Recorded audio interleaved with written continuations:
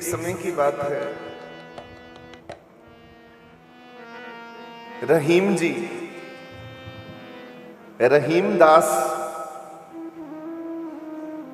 थे तो वो मुसलमान, पर भगवान कृष्ण के ऐसे दीवाने हो चुके थे कि प्रभु के अलावा कुछ और उनको सूझता ही नहीं था। तो रहीम जी का अंदर से उनको खिंचाव हुआ कि मुझे आप थोड़ा सा, कैप्टन जी इसको और थोड़ा सा खोलो और रिवर्ब भी थोड़ा सा ना कर दीजिए, खोल दीजिए पूरा। उनको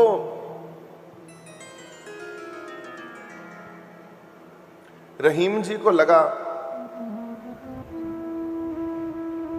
मुझे श्रीनाथ जाना चाहिए, खींच पड़ी दर्शन करने के लिए। तो श्रीनाथ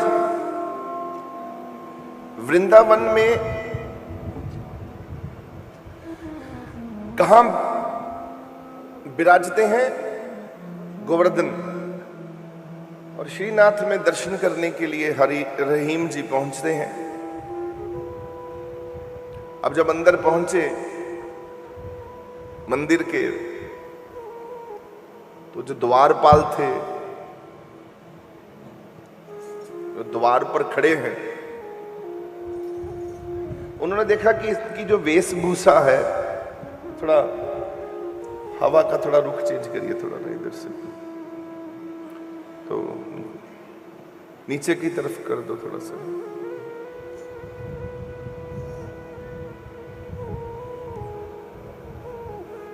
नीचे की तरफ कर दो बस, ठीक है।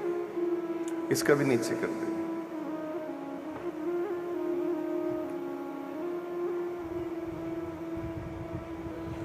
नीचे, हाँ बस इतना, थोड़ा सा ऊंचा, थोड़ा सा बस थोड़ा नीचे, इतना ही ठीक है। उन्होंने देखा कि कुछ लोग मुझे, जब वो अंदर की तरफ एंट्री करने लगे रहीम जी, तो अंदर एक खींच थी, भाव था कि प्रभु आपके दर्शन करने हैं। वे पहुंचे तो द्वार पर जो लोग खड़े थे, उन्होंने उनको रोक दिया, आप अंदर नहीं जा सकते, आपकी जो वेशभूषा है वो ठीक नहीं है। क्योंकि उन्होंने कपड़े जो पहन रखे थे वो साईं बनकर आए थे। अब रहीम जी हैं, भगत बनकर आए, तो बाहर रोक दिया गया, अंदर नहीं जा सकते। अब जब अंदर नहीं गए तो मन बड़ा दुखी हुआ कि मुझे रोक दिया गया है।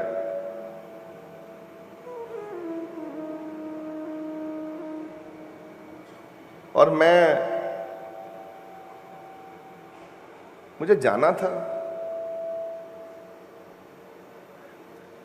तो भगवान से नाराजगी करने लगे, भगवान को कहने लगे हे प्रभु,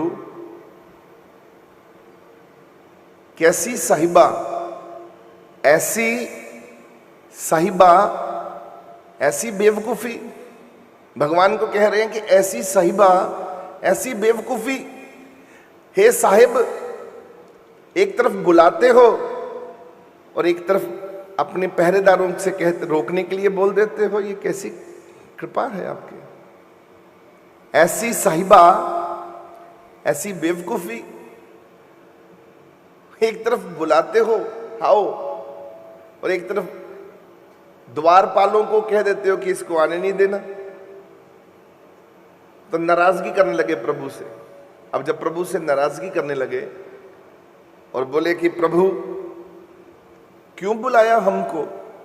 अगर दर्शन नहीं देने थे, क्यों अंदर प्रेम पैदा किया? क्यों अपना दीवाना बनाया? क्यों हमको बुलाया प्रभु? अगर दर्शन नहीं देने थे तो क्यों बुलाया हमको प्रभु।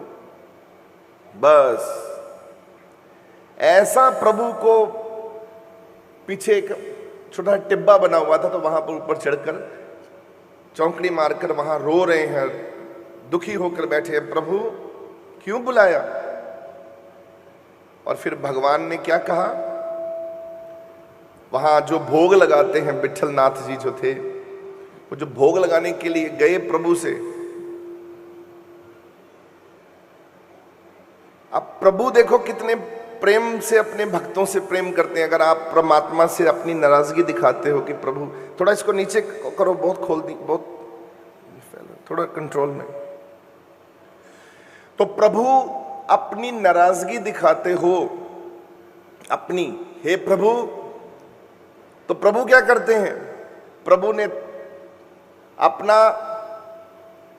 जो उनको भोग लगना था, प्रभु अपना भोग छोड़कर थाली पकड़कर अपनी ही, श्रीनाथ जी अपनी थाली पकड़कर बाल रूप में रहीम जी को मनाने के लिए टिब्बे पे पहुंच गए, ऊपर चढ़ गए। और थाली लेके प्रभु रहीम जी को जाकर कहते हैं, बाबा हमसे नाराज हो। बाबा मुंह टेढ़ा करके तो ऐसे बैठे हुए थे, उनको तो था कि ठीक है,